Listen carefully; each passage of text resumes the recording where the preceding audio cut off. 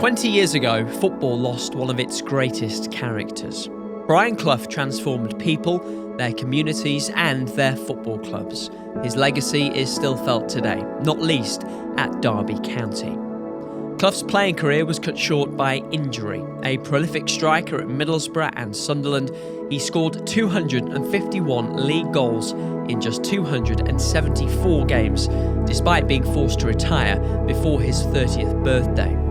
It was while playing that he met Peter Taylor, the man with whom Clough would achieve tremendous success as a manager. They started at Hartlepool United in 1965. 2 years later, they moved to the baseball ground and began to work their magic.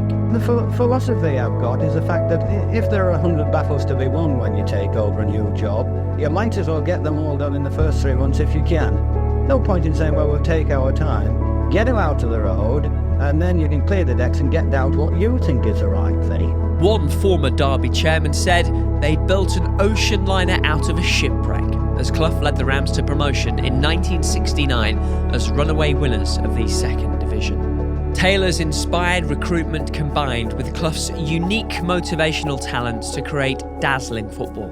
It culminated in 1972, with Derby County crowned champions of England for the very first time. In true Clough fashion, the man himself was on holiday when the moment arrived in the Scilly Isles with his family. It was an unforgettable feeling, and I only wish that, everybody could have shared it with me and everybody in the world. Peter Taylor and I, plus a successful side, plus the right buys, everything, the chemical reactions happened.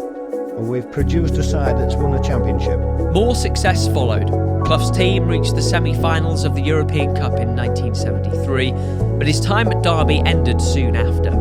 Clough and Taylor resigned that October following a dispute with the board. Clough moved on to Brighton, and then his former arch-rivals Leeds, where, without Taylor at his side, he lasted just 44 days. They reunited at Nottingham Forest, where they would also enjoy unprecedented success. Clough managed at the City Ground until 1993, spending the better part of 2 decades in charge. Sadly, a fallout with Peter Taylor meant the once great friends weren't speaking by the time of Taylor's death in October of 1990. Clough wept when he heard the news. I've missed him. He used to make me laugh. Bidding. Hope he's all right. Clough himself passed away on the 20th of September 2004, aged 69. Still one of just a handful of men to win the league title with 2 different clubs, Clough is acknowledged as the greatest manager England never had.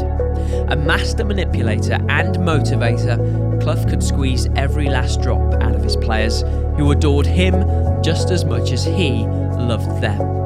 A champion of the working man, he was as dedicated to his family and his community as he was to football. He's remembered by monuments across the country, in Middlesbrough, Nottingham and of course his home in Derby.